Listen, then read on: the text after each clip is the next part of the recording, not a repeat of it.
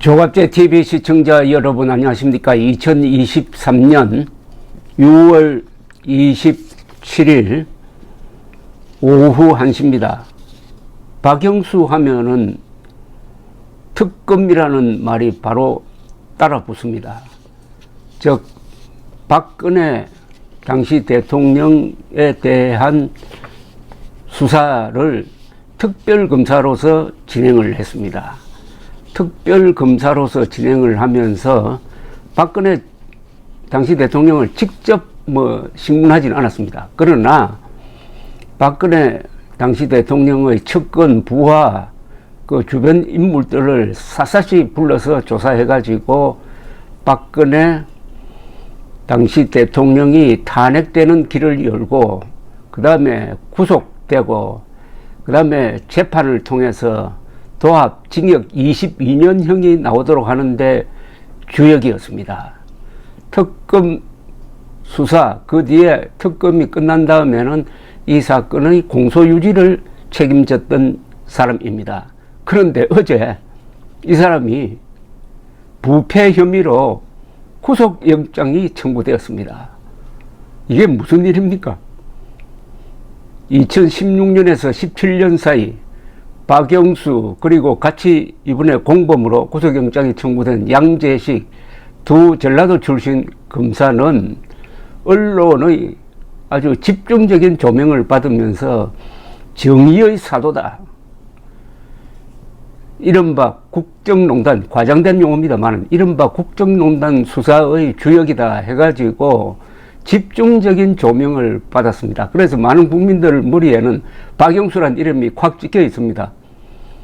정의의 칼을 휘두른 사람이다 라고 했는데 어제 구속영장 청구 사유를 보면은 이게 업자가 아니냐, 검사가 아니라 이거 업자 아니냐, 브로커냐, 이건 뭐냐 하는 생각을 갖게 하면서 박근혜 당시 대통령에 대해서 모질게 몰아붙였던 그 상황과 딱 겹쳐 보입니다. 박근혜 전 대통령은 이제는 사면 복권되었으니까 자유로운 몸인데 이제 박영수가 바로 감옥에 가고 지리한 재판에 서지 않을까 하는 생각이 드는데 그것도 모르죠. 또 어떤 판사를 만나가지고 구속영장이 기각될 가능성도 있습니다. 이 사람이 두 가지 이미지를 갖고 있는데 하나는 전라도 출신 검사 인맥의 핵심입니다. 그리고 특수부 검사의 상징적 인물입니다. 특수부 검사는 뭐냐 하면은 우리가 출판한 나는 대한민국 검사였다의 필자 이인규 전 검사장처럼 거학과 싸우는 사람들입니다. 거학이라고 하면은 대기업 그리고 정치인이죠.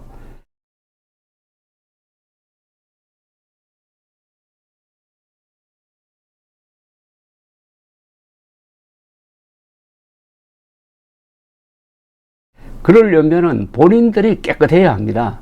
그런데 이 박영수 구속영장 청구 취지를 읽어보면은 이건 완전히 부패, 비리, 특권의식 그 늪에서 허우적거렸던 사람으로 비춰지고 있습니다. 특히 요 대목입니다. 인상적인 게 조선일보 기사 중에서 요 대목을 인용해 드리겠습니다. 이와 같은 박 전 특검에게 비리 혐의로 구속영장이 청구되면서 검찰 등 법조계에서는 충격적이라는 반응이 나왔다. 박 전 특검은 2015년 7월부터 이른바 국정농단 특검으로 임명되기 전인 2016년까지 화천대유 고문으로 재직하면서 2억 5천만 원을 받았다. 그의 딸은 요 대목부터입니다. 그의 딸은 2016년에서 2021년 사이 화천대유 직원으로 근무하며 연봉 6천만 원, 대여금 11억 원, 퇴직금 5억 원, 화천대유에서 분양받은 아파트에서 생긴 시세 차익 등 25억 원 정도 금전적 이익을 얻은 것으로 알려졌다. 딸이 이렇다는 겁니다. 딸이. 한번 다시 읽어드릴까요? 2016년에서 2021년 사이 화천대유 직원으로 근무하며 연봉 6천만 원, 대여금 11억 원, 퇴직금 5억 원, 화천대유에서 분양받은 아파트에서 생긴 시세 차익 등 25억 원 정도 금전적 이익을 얻은 것으로 알려져 있다. 그러면은 박영수가 주도해가지고 징역 22년을 선고받게 하고 한 5년간 감옥 살고 나온 박근혜 전 대통령은 그 사건에서 단 한 푼의 돈도 직접 받은 적이 없습니다. 단 한 푼의 돈도 직접 받은 적이 없는데 아주 교묘하게 법리를 해석해가지고 뇌물죄 등으로 징역 22년을 선고받도록 하는 일종의 법률 기술자 역할을 한 박영수. 그 박영수의 딸은 25억 원 정도의 금전적 이익을 얻은 것으로 알려졌다고 언론에 보도되고 22년 징역형을 선고받은 박근혜 전 대통령은 아무리 뒤져도 돈 한 푼 직접 받은 게 없고 최순실의 딸 정유라 씨가 삼성으로부터 받은 말, 그것을 뇌물로 해가지고 요거는 박근혜 전 대통령이 받은 뇌물로 간주한다. 이렇게 된 거죠. 박근혜 전 대통령에게 씌워진 뇌물은 박근혜 전 대통령이 받은 게 없습니다. 그 첫건이 받은 것을 박근혜 전 대통령이 받은 걸로 간주한 거죠.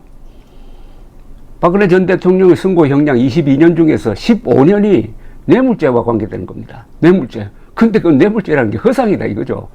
그런데도 22년이 받도록 만든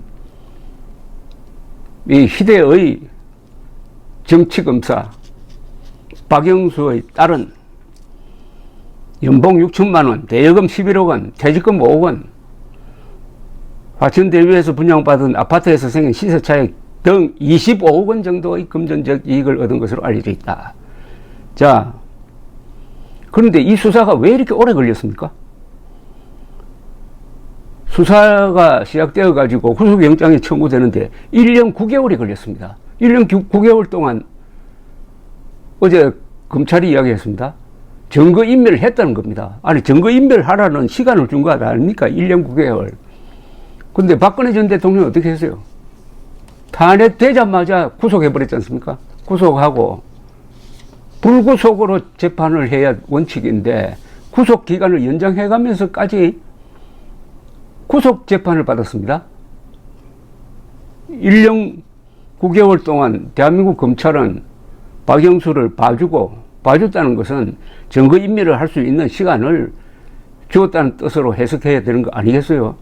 근데 박근혜 전 대통령은 청와대를 나오자마자 감옥에 집어넣어버리고, 이게 대한민국 검찰, 정치검찰의 적나라한 모습인데, 그러나 하나 위안이 되는 게 있습니다.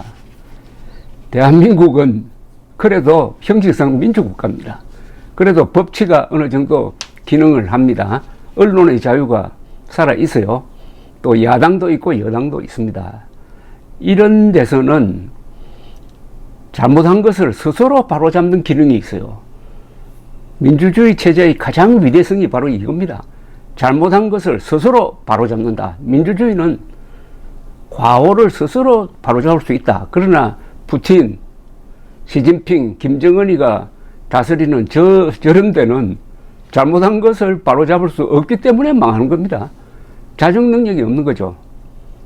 그래서 지금 시간이 이제 2017년으로부터 기준하면은 2018, 19, 20, 21, 22, 23, 6년이 흘렀습니다. 6년이 지나 보니까 이제 어느 정도 균형이 맞춰지는 것 같습니다. 맞춰지기 시작하는 거죠. 박근혜 전 대통령에 대해서 규정한, 응징한 그 법리를 이제는 고스란히 그대로 박영수와 양재식 이 사람들에게 적용할 수 있는 이제 시작이 이루어진 거죠. 시작이죠. 앞으로 어떻게 될지 모릅니다. 김명수 물론 대법원장은 물러나지만은 그가 심어놓은 이 이념 좌편향적 판사들이 이 재판에 개입을 하면은 또 어떻게 될지 모릅니다. 재판 받다가 또 풀어주고 뭐 이래가지고 또 김명수식 재판의 특징이 좌파에게, 문재인 세력에게 불리한 재판을 질질 끕니다. 늦어지는 정의는 그게 정의가 아니라고 합니다. 그것은 국민들이, 그리고 법률 기술자가 아니라 법률가들이 감시를 하면서 목소리를 높여야 되겠습니다. 세상이 돌고 돈다는 말은 돌고 도는 과정에서 세상이 어느 정도 공평해진다는 뜻입니다. 민주주의 국가는 자기 잘못을 스스로 해결할 수 있는 위대한 능력이 있고, 그리하여 이승만 대통령이 1948년 8월 15일 건국연설을 하면서 이렇게 첫마디를 시작합니다. 우리는 민주주의를 믿어야 합니다. 종국에 가서는 선이 악을 이긴다고 믿고 천천히, 그러나 일관되게 민주주의를 하는 수밖에 없습니다 라고 이야기를 했습니다. 위대한 예언이었습니다. 감사합니다.